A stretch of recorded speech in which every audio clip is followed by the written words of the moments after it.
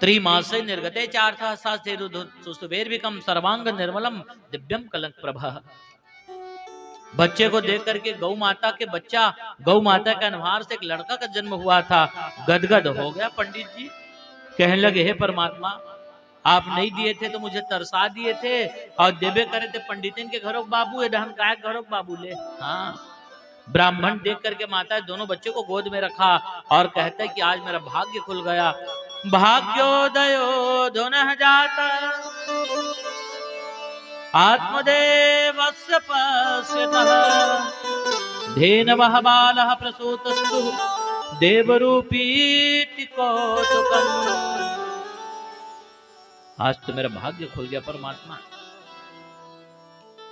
हाँ, पंडित जी ने ना दोनों बच्चों का नामकरण किया। माताएं, गाय के पेट से जो बच्चा आया था उसका नाम क्या रखा गया? बड़े बड़े कान थे ना, तो जिसके बड़े बड़े कान थे, इंसान की तरह दिखता था, तो उसका नाम रखा गया गोकर्ण। गो का मतलब होता है गाय, कर्ण का मतलब होता है कान। जिसका कान गाय के समान है उसका नाम है गोकर्ण। बोले गोकर्ण महाराज की। गो का मतलब दूसरी व्याख्या होती है, गो का मतलब होता है ज्ञान, कर्ण का मतलब होता है कान। जिसका कान ज्ञान को सुनते सुनते कभी नहीं थकता उसका नाम है गोकर्ण। अब देखा माताएं, पंडिताइन के लड़के का क्या नाम रखूं? पंडिताइन कहने लगी महाराज जी उसका नाम मेरे हिसाब से होना चाहिए। बोले ठीक है। जब मेरा नाम है धुंधली तो मेरे बच्चे का नाम क्या होना चाहिए? धुंधकारी। धुंध का मतलब होता है अंधेरा। धुंध का मतलब कि व्याकरण में क्या होता है? अंधेरा। आकारी का मतलब होता है साइज। जिसका विचार व्यवहार अंधेरे से भरा है उसका नाम है धुंधकारी। दोनों बच्चे बड़े हुए माताएं, तो दोनों बच्चे कैसे बड़े हुए? एक नीचे की ओर बड़ा हुआ, एक ऊपर की ओर बड़ा हुआ। गोकर्णो पंडितो ज्ञानी और धुंधकारी महाखल।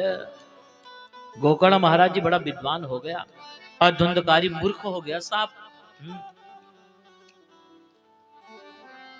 गोकर्ण महाराज जी जब बड़ा हुआ माता है 5 वर्ष का हुआ, अपने बाप को बुला करके कहने लगे कि पिताजी आप ये बाल बच्चे के चक्कर को छोड़ दो पिताजी। दुर्लभो मानसो देहु देहु नाम क्षण भंगुरः। अरे मनुष्य का शरीर दुर्लभ है, अब इसको आप बाल बच्चे के चक्कर में मत गवाइए। और वो छोटा सा गोकर्ण महाराज जी जो है ना, अपने ही पिताजी को गोकर्ण गीता सुना दिया माता है। हाँ, ये ऐसा क्यों हुआ? बाबा का आशीर्वाद था वो बच्चे पर। ये प्रसाद कैसा था? दिव्य प्रसाद था, और जिसके कारण से वो बच्चा सुधर गया। हाँ, और धुंधकारी बिगड़ा क्यों बताऊं? क्योंकि वो छल कपट और बेईमानी से लाया गया बच्चा था। हाँ, गर्भावस्था के कारण पेट का असर पड़ता है ना भाई। आजकल नान नान लड़का मतलब देखबेन सब ढिशुम ढिशुम कर थे। कहा ढिशुम ढिशुम सीखी से वो पेट भीतर में रही तते भी मोड़ल दे रहे छाप परे तो निकल के राम सर तब जी बताता है ना भाई। धुंधकारी जो है बिगड़ गया। गोकर्ण महाराज जी अपने बाप को समझाया, पिताजी बड़े भाग मानुष तन पावा, तीर्थ यात्रा में निकल जाओ। तब उसका बाप जो है तीर्थ यात्रा के लिए निकल गया। हाँ, गोकर्ण महाराज जी कहने लगे कि पिताजी जब आप जा रहे हो तो मैं क्या करूंगा, मैं भी जा रहा हूं। और गोकर्ण महाराज जी नैमिषारण्य निकल गए। बाप कहाँ निकल गया? जंगल। माँ और भाई कहाँ निकल गया? तीर्थ यात्रा के लिए। माँ के साथ में रहता था वो धुंधकारी। अब तो धीरे धीरे माताएं ऐसा बदमाश होने लग गया धुंधकारी। किसी के घर में आग लगा देता था माताएं, किसी के घर के पैसा चुरा करके भाग जाता था। गांव भर के मन रात के आए महाराजी लगा कहा देख ना महाराजी तोर लेकर नहीं संभाल सकस वो, तोर लेका तोर लेका तोर लेका। ओ पंडितिन का थे खाली बिना बाल बच्चा के ही बने रही भगवान। हाँ।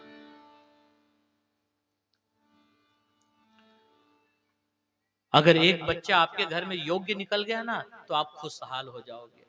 10 बच्चे होने के बाद भी अगर आपका बच्चा बिगड़ गया तो आप परेशान हो जाओगे। जिनके घर एक सपूत भयो 3 लाख कपूत भयाना भया। 3 लाख कपूत जिनके हृदय,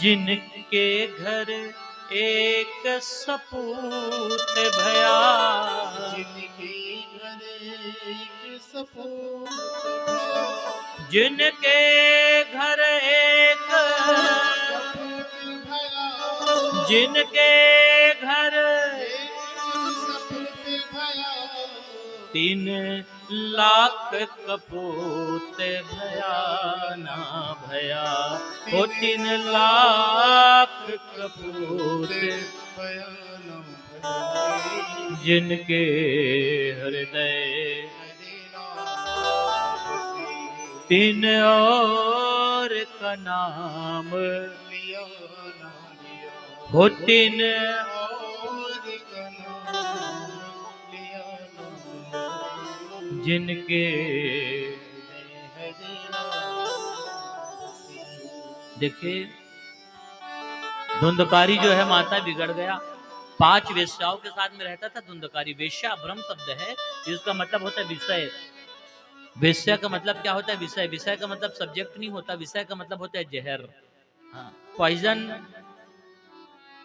और विषय कितने प्रकार के होते हैं? हमारे धर्म ग्रंथ कहते हैं विषय 5 प्रकार के होते हैं, रूप, रस, गंध, शब्द और स्पर्श। धुंधकारी ये सबके साथ में रहता था, हाँ। कभी उसको रूप अच्छा लगता था, कभी स्पर्श अच्छा लगता था, तो कभी उसको ना रूप, रस, गंध, शब्द और स्पर्श में बंधा हुआ था। एक दिन ये 5 वेश्याओं ने सोचा, ये नालायक अपने माँ बाप का नहीं हुआ तो हमारा क्या होगा। और 5 वेश्याओं ने एक दिन उसको शराब पिला दिया, और शराब पिला करके गले को दबाया माताएं, और गले को जब दबाया ना तो कम अवस्था में, अल्पकाल में, बचपने में धुंधकारी छटपटाने लगा, छटपिट छटपिट छटपिट छटपिट छटपिट, पड़ाक से मारा गया। अल्पकाल में मारे जाने के कारण से धुंधकारी प्रेत बन गया। हाँ, हमारा ग्रंथ कहता है अल्पा अवस्था में जो जाता है वो प्रेत बनता है। ऐसा क्यों? ब्रह्मा जी ने आपको उम्र अगर 70 साल लिखा है और आप अगर 50 में मरोगे तो 20 साल का कोटा तो आपको उठाना पड़ेगा साहब। अब वो 20 साल का कोटा कैसे उठाओगे? तो उसको आदमी प्रेत योनि में भुगतता है माताएं। उस समय ना गरुड़ पुराण भी कहता है इसको, पद्म पुराण भी कहता है और श्रीमद् भागवत भी कहता है। हाँ, प्रेत बनकर के घूमने लगा, गनगन गनगन गनगन गनगन गनगन गनगन गनगन गनगन, वो ना प्रेत बनकर के घूमता था, हवा की तरह मंडराता था, छाव की तरह दिखता था। प्रेत की छाया होती है, उसका शरीर नहीं होता प्रेत का। हम और आप कहते नहीं वो बहरी छाव लग गए है, इसका मतलब क्या है? प्रेत की छाया होती है माताएं, और आदमी का प्रेत की छाया होती है, देवताओं का केवल शरीर होता है, उसकी छाया नहीं होती, उसका केवल शरीर होता है। और आपका और मेरा मतलब इंसान की छाया भी होती है और शरीर भी होता है। वो धुंधकारी छाया बनकर के, प्रेत बनकर के घूमने लगा, गांव वालों को परेशान करने लगा, मारना पीटना, हवा गरेर की तरह अदृश्य रूप में घूमता था माताएं। गांव वाले बड़े परेशान हो गए। गांव वाले कहने लगे कि यार अब करे क्या, ये तो धुंधकारी प्रेत बन गया है। शाम होते ही ना माताएं गलियों में चलना बंद हो जाता था, हवा गरेर की तरह पथरा ढेला, मारना पीटना, वो बड़ा भयंकर बवांडर की तरह खड़ा हो जाता था शाम होते ही धुंधकारी, और आवाज लगाता था, चिल्लाता था, कभी रोता था। तो गांव वाले बड़े परेशान हो गए, कहने लगे भैया ये बेईमान है, जिया ते पेरी से मरे के बाद घरों पे रहते कथे। हाँ, क्या किया जाए जी? तो इसका बाप कहाँ है पता करो। इसका बाप तो जंगल चला गया। इसकी माँ कहाँ है? तो इसकी माँ कुएं में कूद के मर गई। तब 2-4 लोगों ने क्या कहा, इसका एक भाई है जिसका नाम क्या है? गोकर्ण। तो वो कहाँ है? तो वो तो तीरथ भरत गए है कथे। तो गाँव वाले मन कथे उती तीरथ है, तीतीत भरत है। गांव भरत है, गली भरत है, हम भरत हन। एक काम करो भैया, बोले क्या, उसको लेकर के आओ गांव में। गांव वाले 2-4 आदमी गए माताएं कहा, तीर्थ यात्रा के लिए। नेमी सारण्य में पकड़े गोकर्ण महाराज जी को और कहने लगे कि गोकर्ण आपको पता है? बोले क्या? आपका भाई धुंधकारी प्रेत बन गया है। प्रेत बन गया है? बोले हाँ, कैसे? अरे अल्पकाल में मारा गया। ये बात को जब सुना तो गोकर्ण की आंखों में आंसू आ गए। बोले मेरे भाई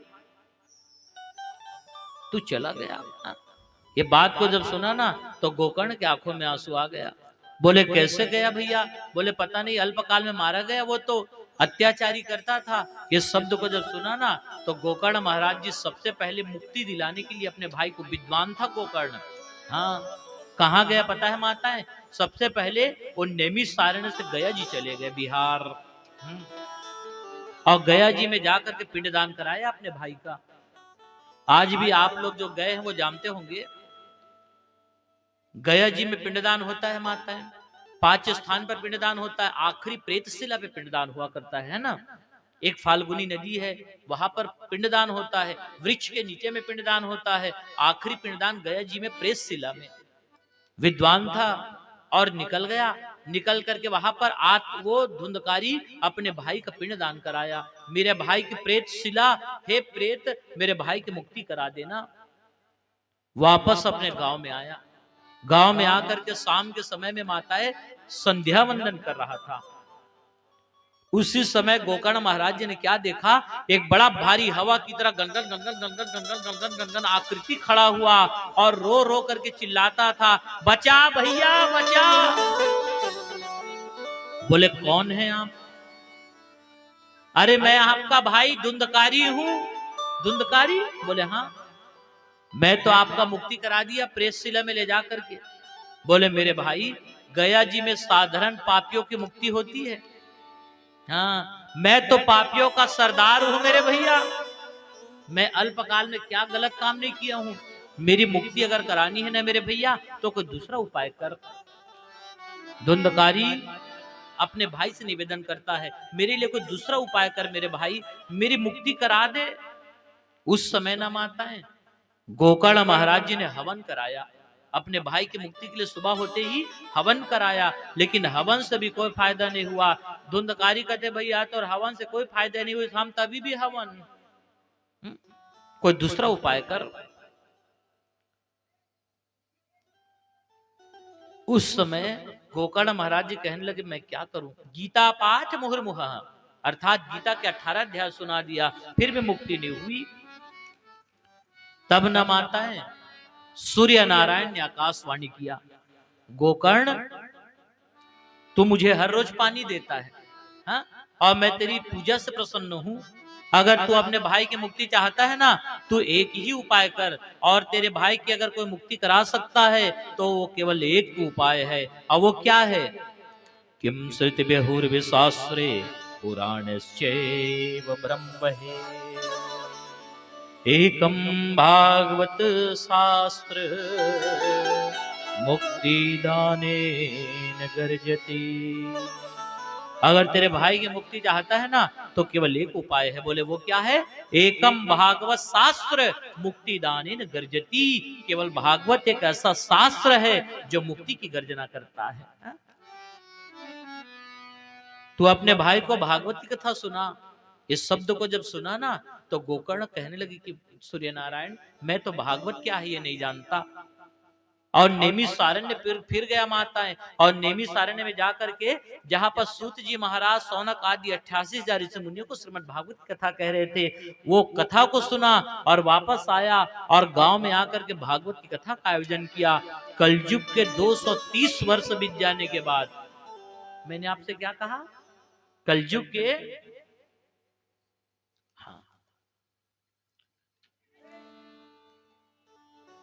कलयुग के 230 वर्ष बीत जाने के बाद गोकर्ण महाराज जी ने धुंधकारी को श्रीमद् भागवत की कथा सुनाया माताएं। जैसे भागवत की कथा आरंभ हुई ना तो सब संत महात्मा बैठ गए, जितने भी गांव वाले थे सब बैठ गए और सब बैठ करके भागवत का श्रवण करने लगे। लेकिन एक जन ही ऐसा था जो भागने लगा। बोले कौन? वही गोकर्ण, वो धुंधकारी। धुंधकारी कहता है कि भैया मैं भागवत नहीं सुन सकता। बोले क्यों? क्योंकि मैं प्रेत हूं ना भाई, और भागवत में बड़े बड़े देवी देवताओं को बिठाते हो, बताइए मैं कैसे सुनूं? भूत पिशाच निकट नहीं आवे, महावीर जब नाम सुनावे, मैं कैसे आऊं बताओ ना। मेरे लिए कोई आसन नहीं बना है, प्रेत भागवत नहीं सुन सकता। धुंधकारी ने क्या कहा? मैं प्रेत हूं और मैं भागवत नहीं सुन सकता, क्योंकि भागवत में बड़े बड़े देवी देवताओं का आवाहन होता है, बड़े बड़े देवी देवताओं को स्थापित किया जाता है, और मैं प्रेत हूं, बताओ मैं कैसे सुनूंगा? प्रेत भागवत नहीं सुन सकता। अब काली पता चली मोहल्लम कतिक भूत प्रेत थे, जेनिया ही ना जान लेना वो प्रेत है। नहीं, यहाँ सब इंसान है। धुंधकारी क्या कहता है भैया, मैं भागवत नहीं सुन सकता, मैं तो प्रेत हूं ना भैया, मेरे लिए कोई आसन नहीं बना है भैया, मैं कहां पर बैठ करके भागवत सुनूं बताओ। उस समय गोकर्ण महाराज जी ने क्या किया पता है, 7 गांठ का कच्चा बांस मंगवाया और वो कच्चे बांस में प्रेत को आवाहित किया गया और उसी पर ना धुंधकारी को बिठाया गया। माता है, उस दिन से नियम बन गया, जब भी भागवत की कथा होती है तो 7 गांठ का कच्चा बांस रखा जाता है ना। भागवत कथा के मंच के थोड़ा सा बाहर में, हाँ, ये क्या है, ये भूत प्रेत का रिजर्वेशन सीट है, सुना था ना। हाँ, पुरुष भाई लोग उधर बैठ जाओगे, माता इधर बैठ जाएगी, लेकिन अल्पकाल में ऐसे कई है, भूत प्रेत मरी मसान उमन कहा बैठी, अपन सन बिठा बे, आप बैठ बगल में मूर्ति, आप कभी हाँ नहीं बिठाओगे ना, इसलिए ना ये उसका रिजर्वेशन सीट है माता है। इसलिए इसको थोड़ा मंच से बाहर रखा जाता है। यहाँ पर आकर के अल्पकाल में जो चला गया, घटना में दुर्घटना में कई प्रकार की मृत्यु होती है ना भाई, वो ऐसा अवसर देखता है कि कोई आए अब ये पावन ज्ञान निधि का आयोजन कराए और हमारी मुक्ति करा दे, वो कहाँ बैठ करके सुनेंगे, तो उसके लिए रिजर्वेशन सीट है, वहां बैठ करके सुनता है। प्रेत जो है ना माता है धुंधकारी, वो बांस में बैठा और बैठ करके भागवत की कथा श्रवण करने के लिए, और जैसे भागवत कथा का प्रथम दिवस हुआ, कहरता था दर्द में, सिहरता था, कलहरता था वो। प्यारे भक्तों मेरी माता, भागवत कथा का प्रथम दिवस जब पूरा हुआ तो बांस का पहला गठान अपने आप तड़ाप से फटा, और वहां दूसरा दिन की कथा जब हुई तो बांस का दूसरा गठान फटा, तीसरे दिन तीसरा, चौथे दिन चौथा, पांचवें दिन पांचवा, छठवें दिन छठवा, और 7 दिन में ना 7 दिन की कथा पूरी हुई और बांस का 7 गठान फटा, दिव्य आकृति निकला और भागवत भगवान को प्रणाम किया। जिस समय धुंधकारी की मुक्ति हुई, देवता फूलों की वर्षा जय जयकार करने लगे, बोले भागवत भगवान की। 7 दिन में 7 गठान फटे, दिव्य आकृति निकला, भागवत भगवान को प्रणाम किया और धुंधकारी की मुक्ति हुई। गांव वालों ने क्या देखा, भागवत में वो धुंधकारी का शरीर तो था नहीं, लेकिन आत्मा के रूप में प्रकाश भागवत में जाकर के समाहित हो गए। सब ने भागवत की जय जयकार किया। वाकई में भागवत धन्य है, धन्यम भागवती वार्ता प्रेत पीड़ा विनाशिनी। धन्य है भागवत की वार्ता जो प्रेत पीड़ा से विनाश करने वाला और आत्मा का विकास करने वाला है। सब ने देखा भागवत से। गोकर्ण महाराज जी ने भागवत को प्रणाम किया कि धन्य है भागवत जो मेरे भाई की मुक्ति करा दिया। प्यारे भक्तों मेरी माताएं, अब जरा विचार करिए, ये भागवत की कथा सुनकर के कौन तर गया, धुंधकारी, है ना। अब उस दिन से नियम बन गया, जब भी भागवत की कथा होती है तो 7 गांठ का कच्चा बांस रखा जाता है ना। मैंने आपको बताया पहले दिन पहला गठान फटा, दूसरे दिन दूसरा गठान फटा, है नहीं। कल पहला दिन है भागवत के, और सांझ के लची जाना झोंके जान तू मन कहूं महाराज जी फटे नहीं फटे, तब वो फटे दूर के बाद में वो चटकान नहीं सको। मैं ये कर वो कर किसे चटक जही हुआ, तो कौन सा गठान फटेगा, वो बांस का गठान नहीं फटेगा माता है, ये शरीर ही बांस है ना। हाँ, ये हमारा 3.5 हाथ का जो शरीर है, इसी में वासना है, यही बांस है। हाँ, इसी में दुर्गंध है, इसी में बास है। हा? तो पहले दिन क्या फटेगा, काम, दूसरे दिन क्रोध, तीसरे दिन लोभ, चौथे दिन मोह, मत्सर, और ये सारे विकार जब फटेंगे तभी जीवात्मा की मुक्ति होगी। वो तो ज्यों का त्यों रहेगा साहब। गुनाह की धूल में ढक सा गया यह आत्मा हीरा है, गुनाह की धूल में ढक से गया यह आत्मा हीरा है, अगर धुल धुल जाए तो पैदा नूर हो जाए। तो जरा विचार करें, भागवत की कथा सुनकर के प्रेत तर गया। अगर भागवत की कथा सुनकर के प्रेत तर सकता है माताएं, तो आदमी नहीं तर सकता क्या। अरे जिसका शरीर नहीं है वो भागवत की कथा सुनकर के मुक्त हो गया। आपका और मेरा तो शरीर है साहब। अरे मुक्ति नहीं होगी तो कोई बात नहीं, मन तो परिवर्तन होगा, और मन का परिवर्तन होना ही मुक्ति पाने का मार्ग है। तो जरा देखिए ये भागवत का दिव्य कथा। ये मुक्तिदायिनी कथा है माता, इसलिए कहते हैं हो गए भव से पार।